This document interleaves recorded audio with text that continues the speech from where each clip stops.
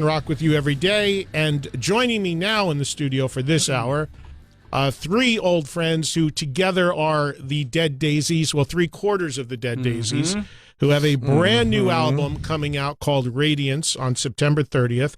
Another record that it feels like it's taken forever to finally get here. But, well, actually, I shouldn't say that. On the heels of the last great record, not that far off, but it just seems like it should be out already because there's a couple songs out, Right. and it's still a month away, but it's going to be well worth the wait. Joining me here, I just said as Doug Pinnick walked out, we have another unbelievable bassist singer, these great bass player singer dudes. But the man who is the voice of rock, Glenn Hughes, is here. Oh, good to see you, my brother Eddie. Always good to see you, sir. Absolutely. Last I saw you was at the Shrunken Head ceremony. Oh, a wonderful night that for was. Kevin Dubrow. I had a lovely night that night. It was fun. It was fun. Yeah, it was at the Golden Tichy in Vegas, and Glenn and his lovely wife came out, and a bunch of other folks, and we celebrated Kevin through... We had a wonderful night. Very unique way they do it in Vegas at that place. I'm not crazy about the head, though. The shrunken head looks strange, you know. It is a bit strange. Doug Aldrich is here. Good to see you, buddy. Good to see you too, bro. Been a while. Yeah, it has been. And the Tischmeister on the end. What's up, man? Returning to the Dead Daisies Jersey on drums. The Tischmeister. Tried to get away. He tried, and it's like the Godfather 3. They were out and pulled back in. Thank God he's back in. Absolutely. It's hard to say no when Doug shows up at like 2 a.m. with an acoustic guitar and he's on his knees serenading you at the front of your house. It's like, okay, Doug, calm down. Let's do it, though. Let's do it. How's it felt to be back in the band, Bri? It's great. It's great. I mean, after 2 years of a pandemic and getting this call, and your year is set up to play with Glenn and Doug and David Lowy. Make a record, go on tour, cannot complain. Well, I'm telling you guys, the last record blew my mind. Glenn, we talked about it. I was just like, I compared it to the record you did with Tony Iommi, Fuse. Oh, yes. In its thickness and heaviness and brutality of the riffage from Mr. Aldrich over here. And to me, from what I've heard of Radiance, and I haven't heard it all, but this record sounds like it very much picks up where the last one left off. It's is that accurate? Yeah, it is. It's dynamic, and there's some heaviness, as you know, and groove. Yeah.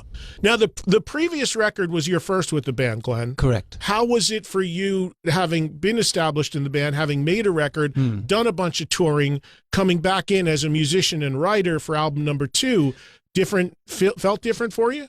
A little. Doug and I got together, I'm jumping here, a couple of years ago, in the summer of 2020 to make new music, secretively, if you will.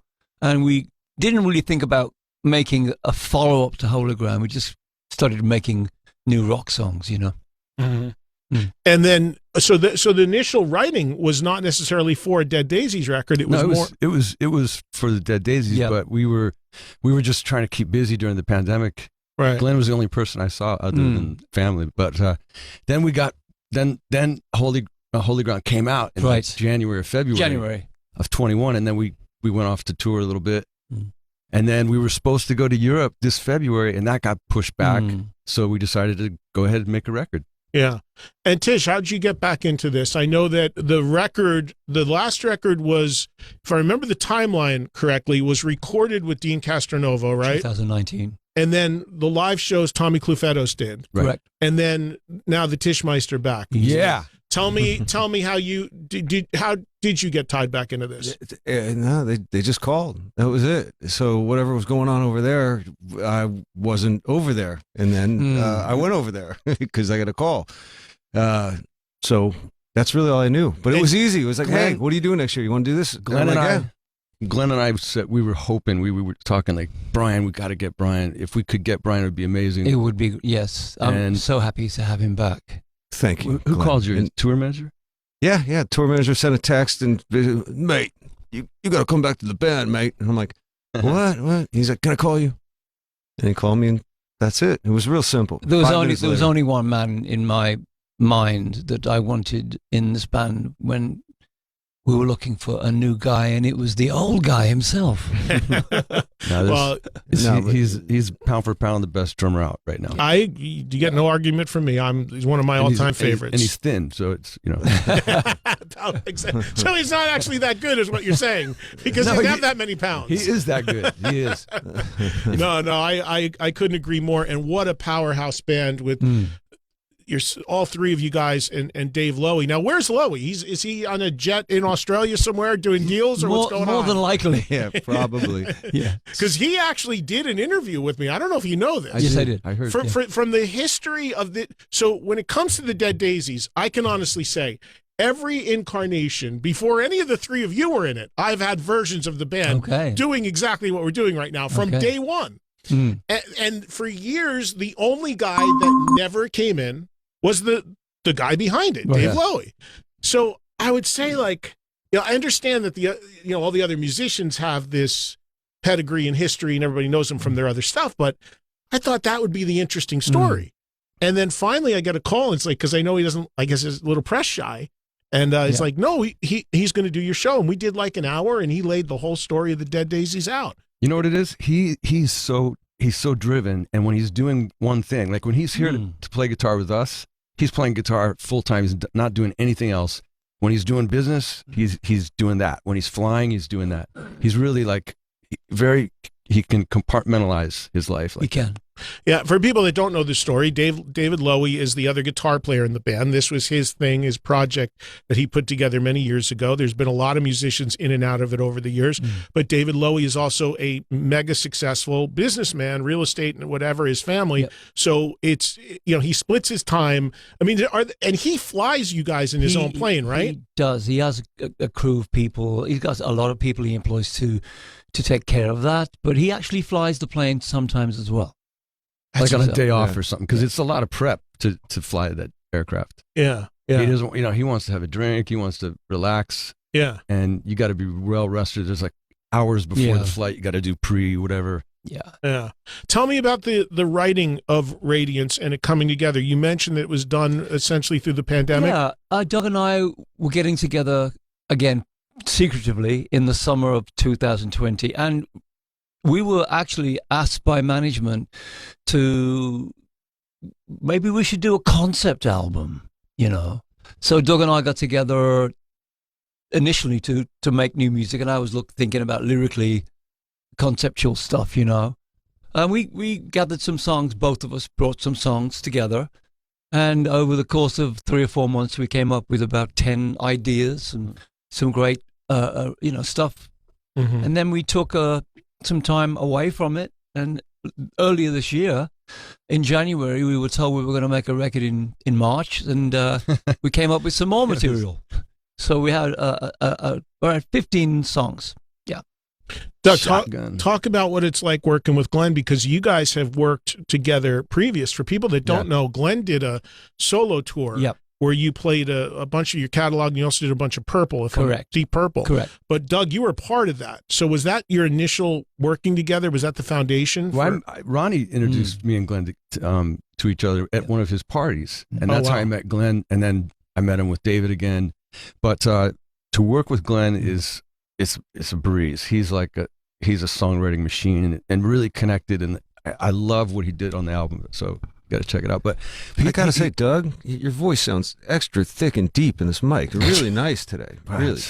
It does. You sure you want him back in the band? Are you sure he's happy? I want to tell I'm impressed with the way you're carrying yourself and the tone of your voice. It's whatever we did. Jealous. I'm going to take this mic because it does sound pretty good. Whatever we did, when Brian got involved, it got pumped up like tenfold. Yeah.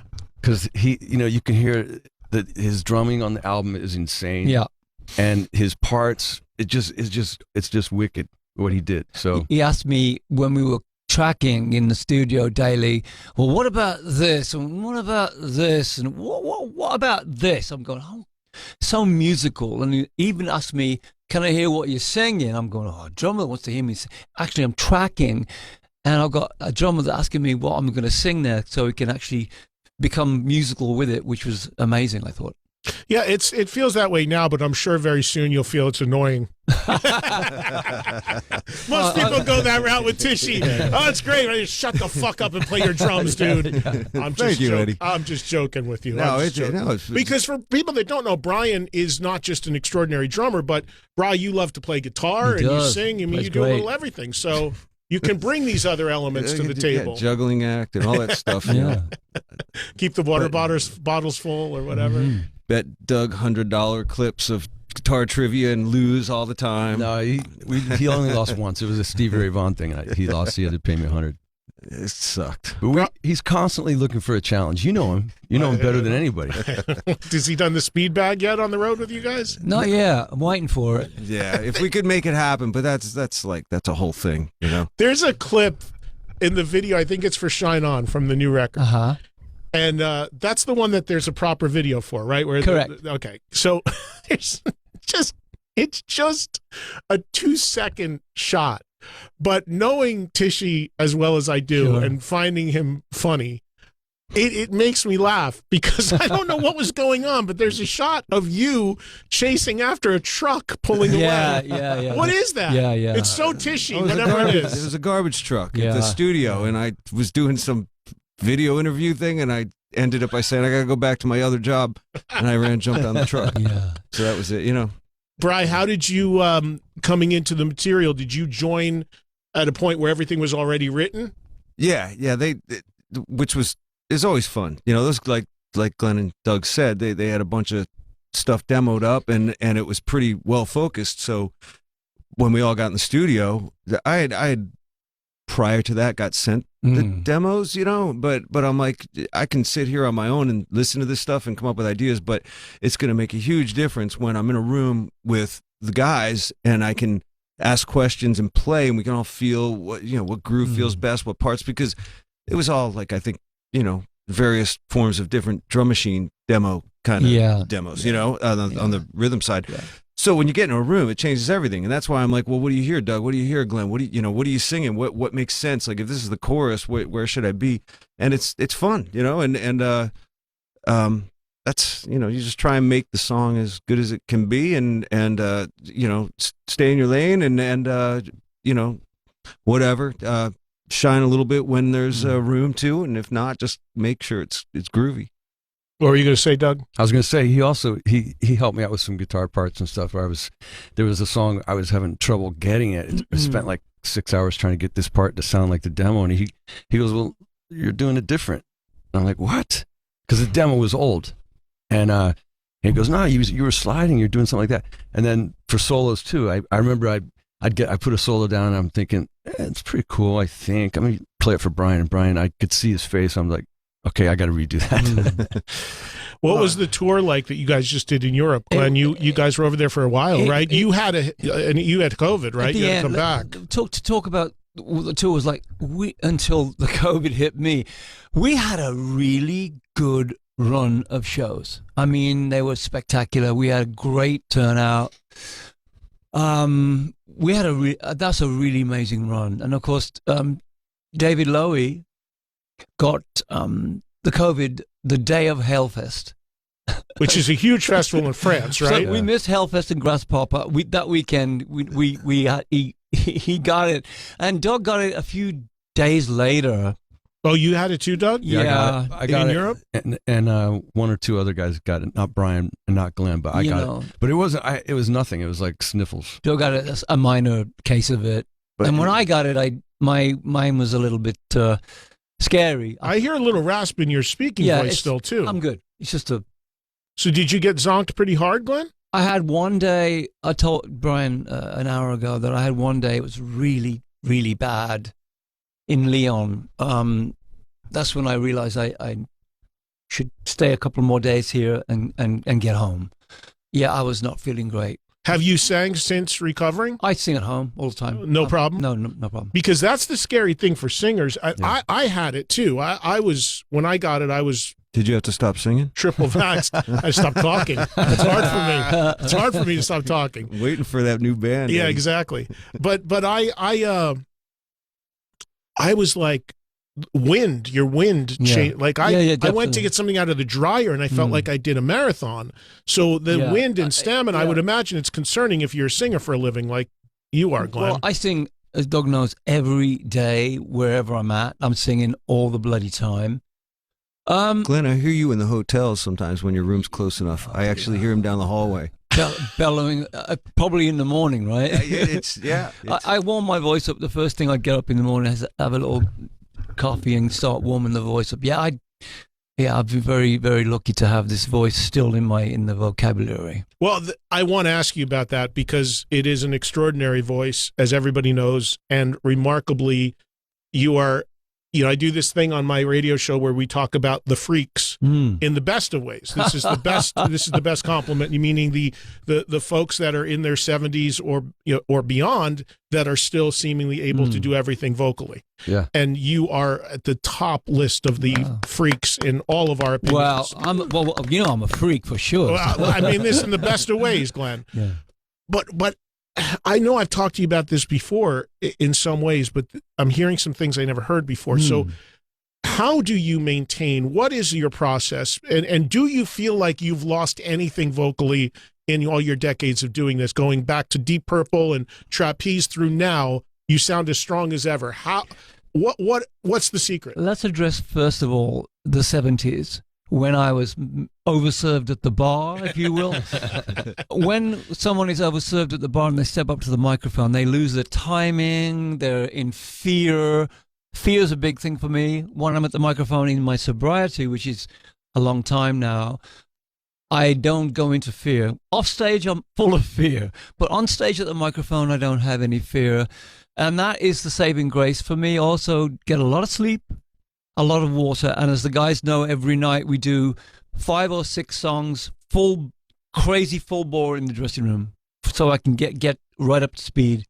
It's very important for me to sing full on before I go on stage. Now, Ronnie James Dio, who of course was a dear friend of ours, and of course Doug played in Dio for years, he used to amaze me because I know what you're going to say. There was a time, we'll never forget this, when he was doing Sabbath. It was probably, 06, 07.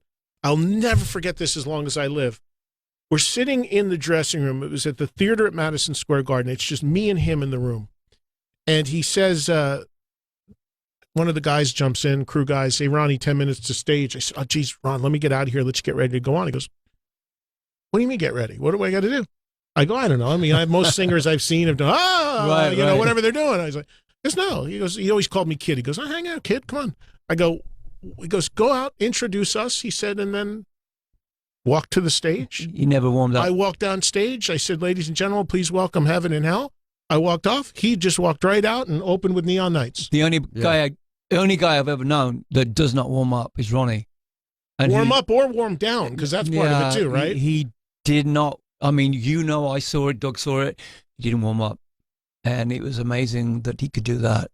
So you have a process. I have to have a process. I've been doing, my friend Joe Elliott gave me his warm-up tape 20 years ago, and I was using that for quite some time. And now I just do breathing exercises, and we play 5 songs from our show before we go on. And that's what's going to happen for the rest of my career by doing just that. I think we all take it for granted because we're around Glenn a lot, but when you do step away, you go, you watch, as rock and roll goes on decade after decade, you see what happens with bands and singers, and then you look over at Glenn and you go, nothing's changing at all.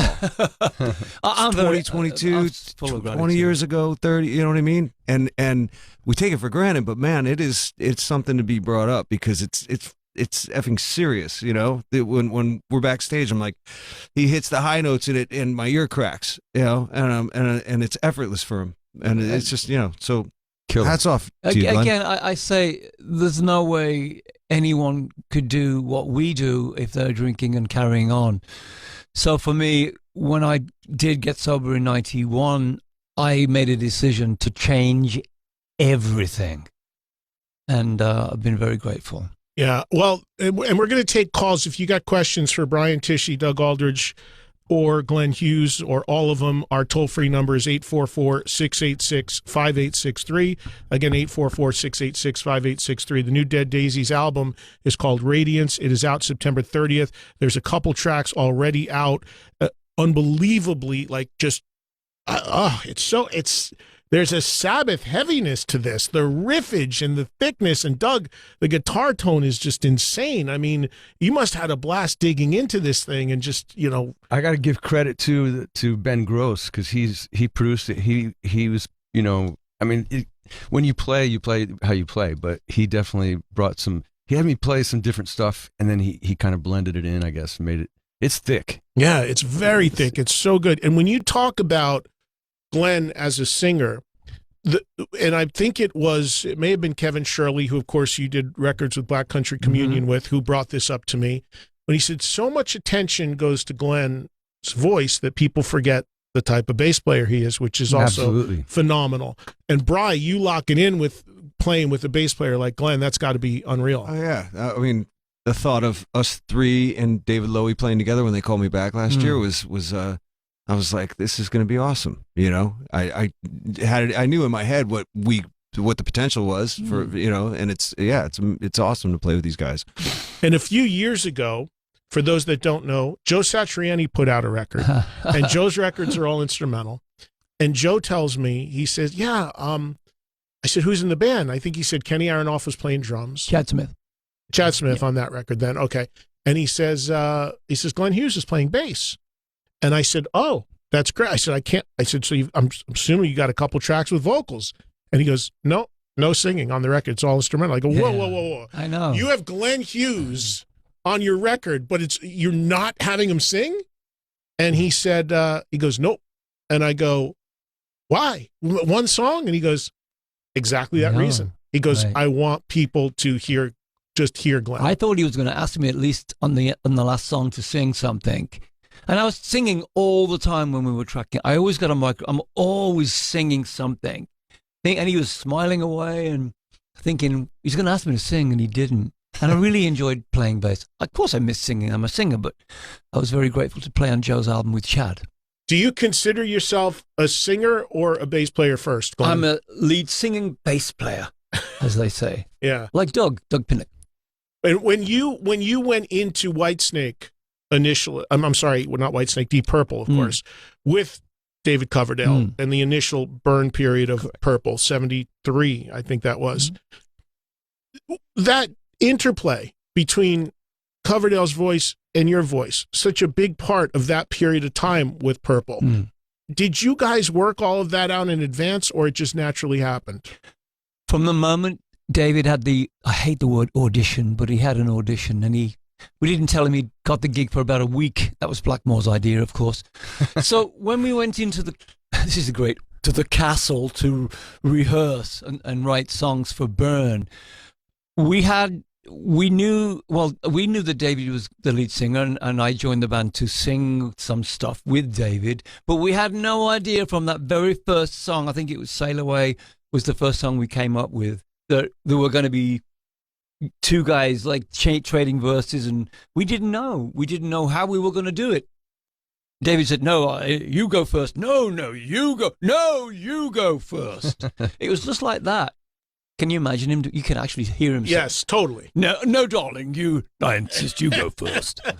Yeah, that was a cool thing. I mean, he and I had a great vibe in that band, and we still do to this very day. At that time, David was totally unknown. You were known because you were coming out of Trapeze. Absolutely. Was there discussion at that time about why are we even going to bring in another singer? Maybe we just go and have Glenn sing and play bass the whole time? Just a quick story. At the Essex House in May of 73, when Blackmore, Lord, Pace, myself and management had a meeting, I figured they were going to ask me to join as a lead singing bass player. And I was... Because that's what you were doing anyways. Yeah, but they said, no, we've asked Paul Rodgers to sing. In Purple? Yeah. I don't know if you know this. I don't. It's a well... And the thing, part of my brain went, holy shit. And the other part went, oh, only if it be possible for he and I to sing together. Of course, Paul had got a band together called Bad Company, so he had to pass.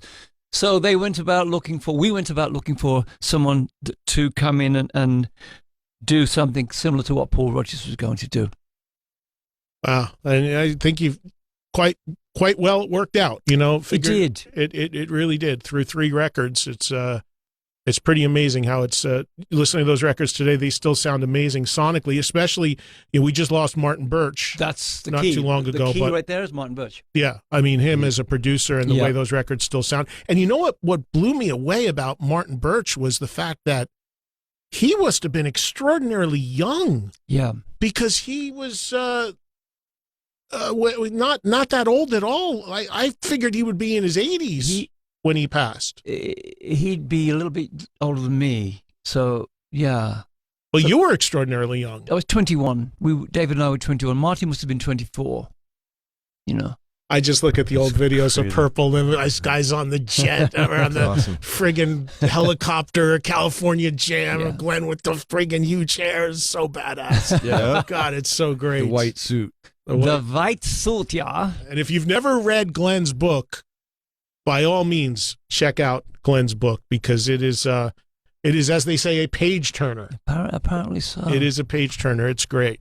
Yeah. So Doug, you, if I'm correct on this, outside of David Lowy, who's the guy behind the Dead Daisies, you're the senior guy in this band, aren't you? You've had the longest. But you've had the longest consistent run, have you not? It's been 6 years.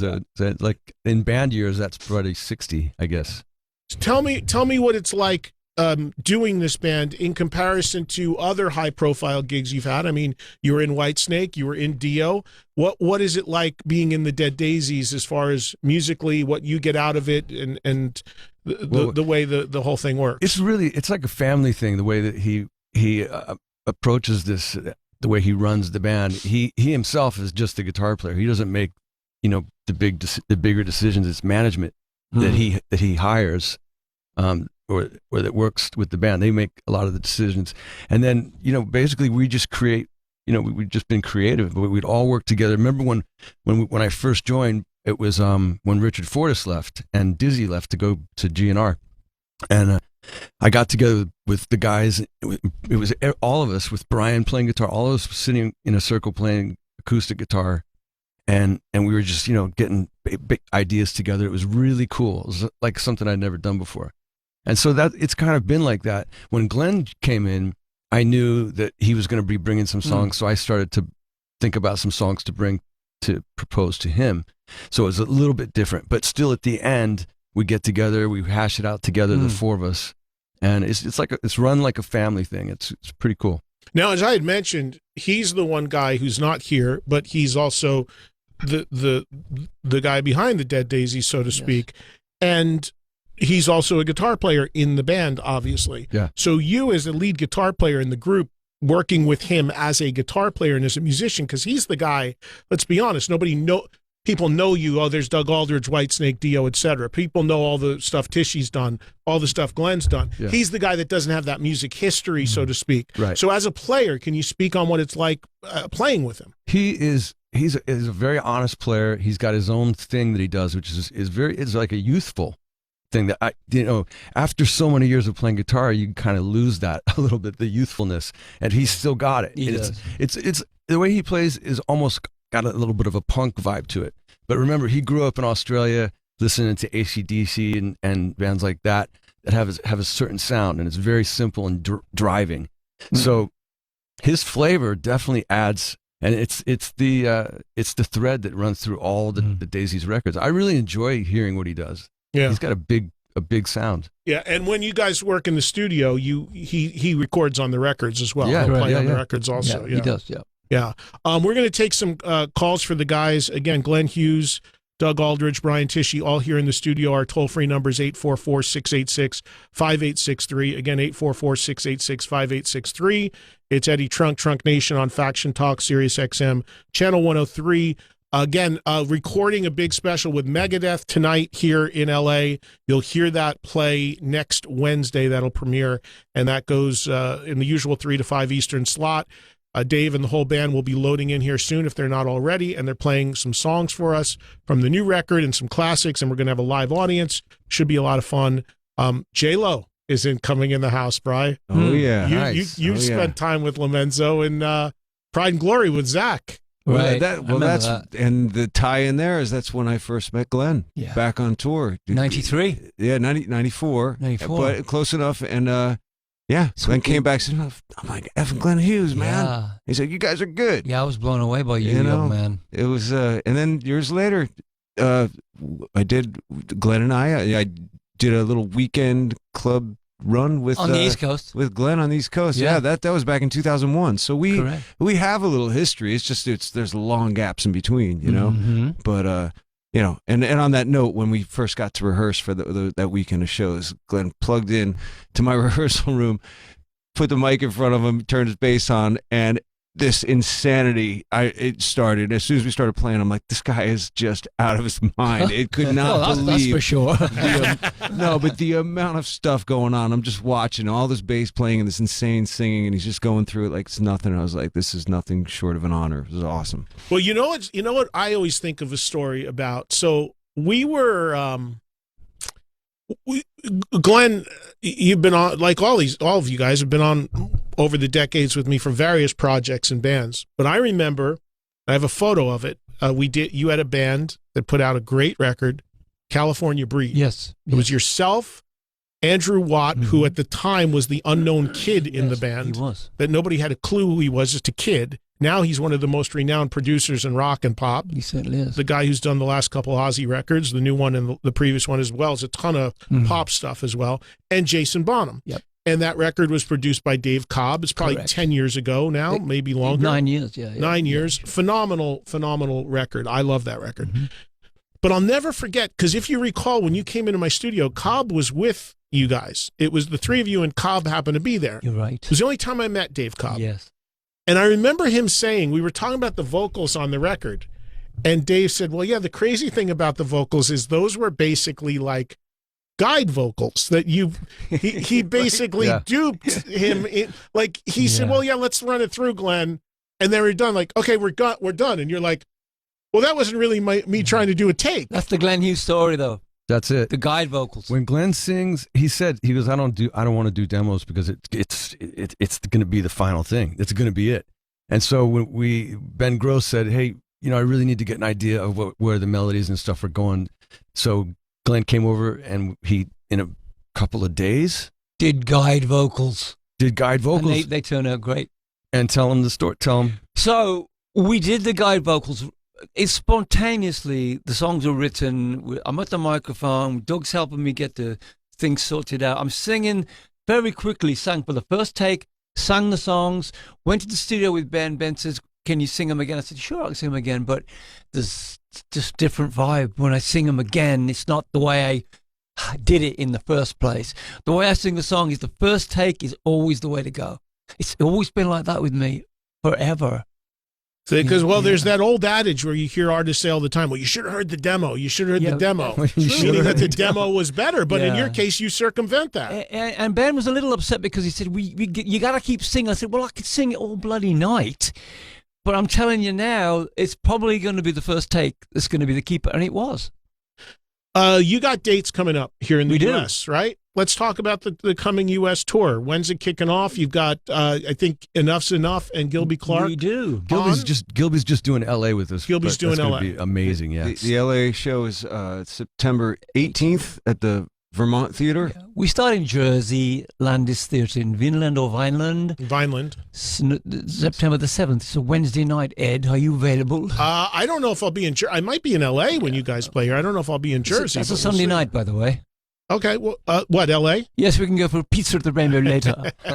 For sure. We'll see you there, Eddie. We'll see you on the 18th at the Vermont. Well, we'll see. Then there's shows in between. I don't know, another chunk of shows between Jersey and L.A., and then after LA, Nashville, Chicago. Yeah, that's right. The Arcada outside of Chicago. Right.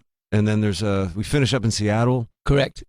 Dead Daisies always were more of a global thing, were they not? I mean, Doug, you've been in the band the longest, but it's just been 6 years. But even going back to that, maybe because Lowy is from Australia, I guess, originally, but the band has always been worked pretty aggressively globally, as opposed to just focusing on the U.S. or Europe, right? I would say that Europe is are you talking about the market size? Yes. I would say Europe is probably the main one, and South America too is pretty good. But yeah, we spent a lot of time going back and forth across Europe, and it pays off, you know.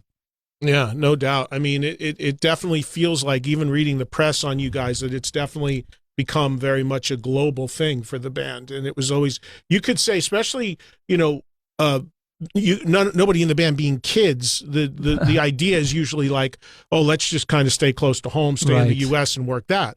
But I guess it's nice to have your own jet too, when you can. It makes it a little easier to get around. So grateful for that. Yeah, it does help. So normally when we go over to Europe, we fly commercial, because this is, you know, that aircraft, that's like his car, you know. And it's like, you're not gonna you don't want to be spilling M&Ms down the air vent of his aircraft. You know, it's a beautiful but we do short hauls with him. It's like, so we can, instead taking a 10-hour bus ride, we can take an hour flight. Yeah. And Glenn was saying you got COVID too then, right? Yeah. But you didn't get it bad. I didn't get it bad, and actually a few of us got it, and we holed up in where was it, Luxembourg? Yes. Yeah. 4 days. Yeah.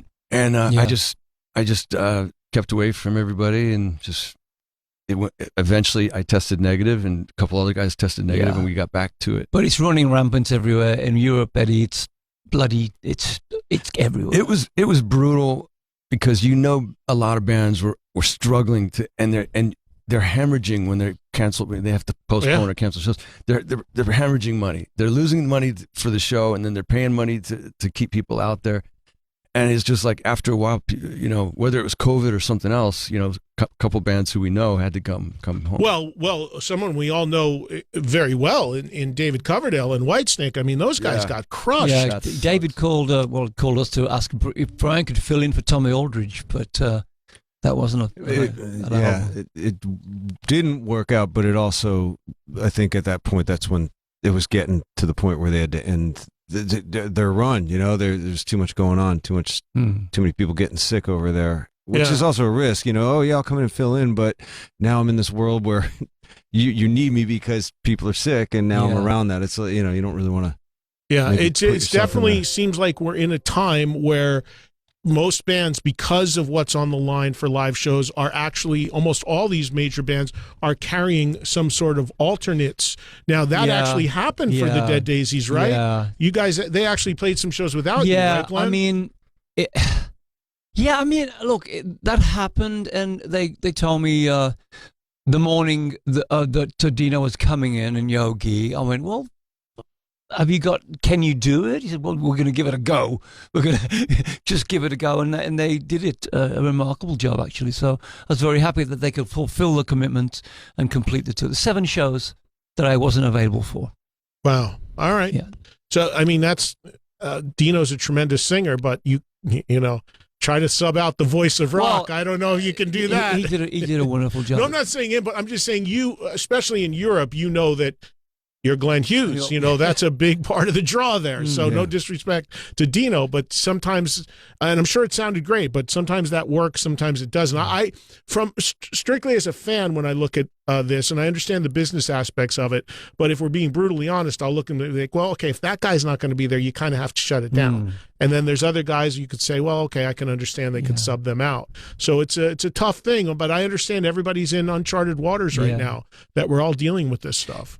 It was difficult, but again, I'm really glad the guys could complete the tour, and we could all get together again in the next couple of weeks. Well, the month before, when we didn't do Hellfest and what was it? Grass Pop. It was a Saturday and a Sunday thing, and like those were what we were talking about. Man, we're gonna tour a few weeks. We did a bunch of shows with Foreigners and our own dates. Man, by the time we get to Hellfest and Grass Pop, we're gonna be, you know, locked up, and to not be able to do that just sucked. And then, you know, then when Glenn got sick, we're like, oh, they were telling us, these final shows, some of these are your biggest solo shows, you know. So you're like, well, how, you know, management talks that through and goes, well, what do we do? Because it's a bummer to. It would be a bummer to go do it without Glenn, and it completely sucked, and there was, it wasn't worth it at all because we just sound like crap. But luckily, Yogi came in, who was filling in on rhythm guitar. If you don't know Yogi, he's a buddy of ours. He used to play in Chris Cornell. Was he originally in Buck Cherry? He was in Buck Cherry, early on. Early first tour, second record. And then was in with Chris Cornell for a bunch of years, and he's awesome. So we're like, okay, he's been playing rhythm guitar. He filled in. He's a great musician. He can hopefully just lock that stuff up on bass. He could borrow my bass. Yeah, he did it. And he kept it together, and then Dino came in, which it's a tall order. Dino's a great singer, but it was like, what do we do? Do we all just go home and kind of like that's how we end everything, or do we at least say here we are for the people that were waiting to see us? Hey, if you don't want to go, want a refund, it's there, but. If you want to, I think it was fantastic that they could complete the tour with Dino and Yogi. I was very happy for them. Yeah, but that's the world we're in right now. Whitesnake just pulled off of all the dates with Scorpions. Right. They couldn't play. Again, most bands have some sort of alternate prepared. I know the guys in Anthrax are good friends. They had an alternate in case something happened. But when COVID hit them recently, it took out 3 guys. Yeah. You can't sub out for 3 guys. Rival Sons too. Rival Sons. Everybody seems to. And Bri, you actually picked up. You had another band that you used to play with that you returned to in that COVID fill-in capacity was Foreigner recently, right? Yeah, that was exact. I forgot about that. That was like in April.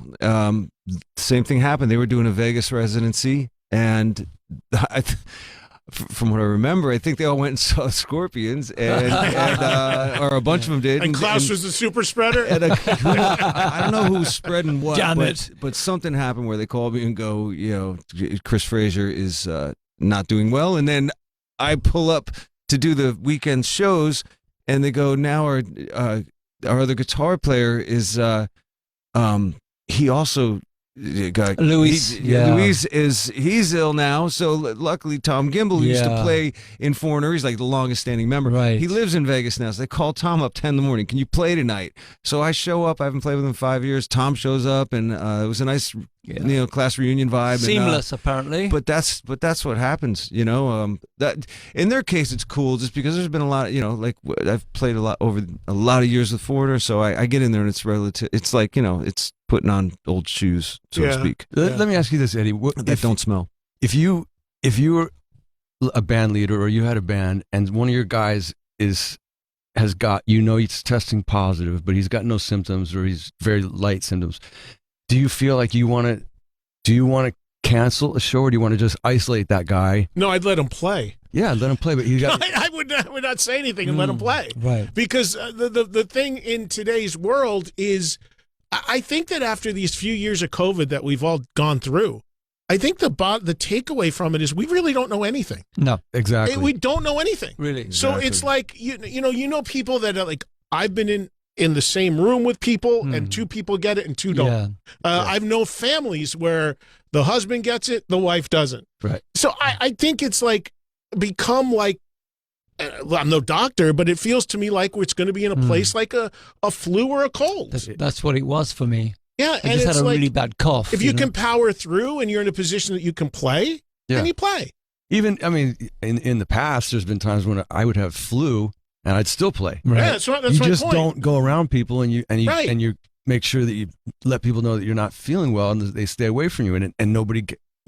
In that situation, I'm not going to give you the flu because you're going to go, Doug's sick, so I'm going to stay away from him. Yeah, and if your band members know it, you stay in your corner of the stage. Everybody stays in theirs, and just don't come over and sing in the same mic as Doug tonight or something like that.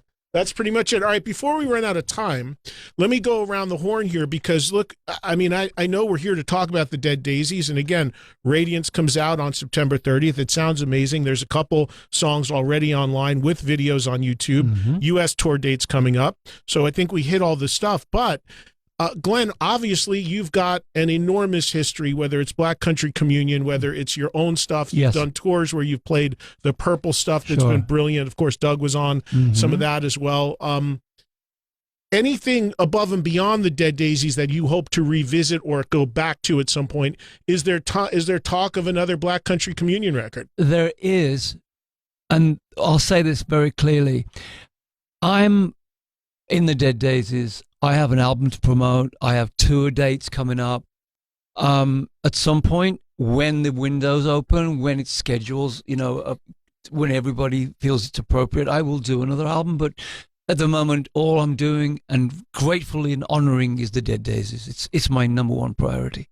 And Doug, anything that you want to do above and beyond this that you've got cooking, like either on the side or when there's a gap or anything like that? We've been so busy, Eddie, that when I do have some free time, I'm kind of doing the dad thing at this point. Right. But when Glenn got involved, I kind of pushed everything.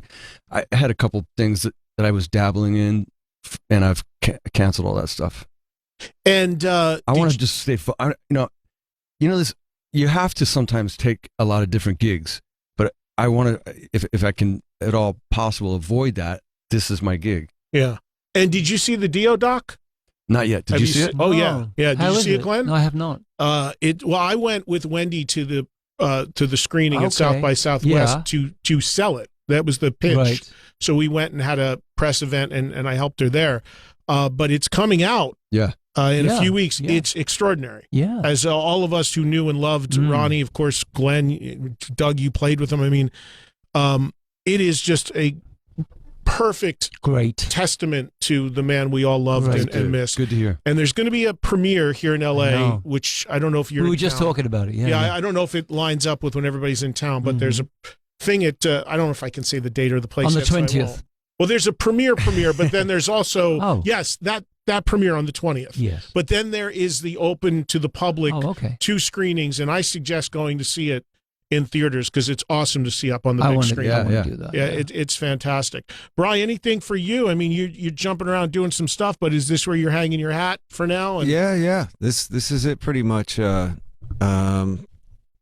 I'm trying to think if there's anything now. When we're home, I just try to stay busy. So 2 weekends ago, I went and did a fill-in gig with Don Felder, which is always fun. I've done gigs with him over the years, chunks of gigs here and there over the years, and that's a whole different world. But you're playing with Mr. Hotel California, which is badass. He's awesome, and just sessions and just try to stay creative. Last time Brian was here, he was promoting the re-record of Lynch Mob's Wicked Sensation, which has since been disowned by everybody but you, Brian. Although I thought it was cool, but it was fun. But we should have it was just an idea, but we should have just went to a room and just played the live show and recorded it and called it, the live version of that record in 2020 or whatever. But hey, you go for things and things, sometimes live and learn. It didn't bother me at all, but fans we had fun doing it.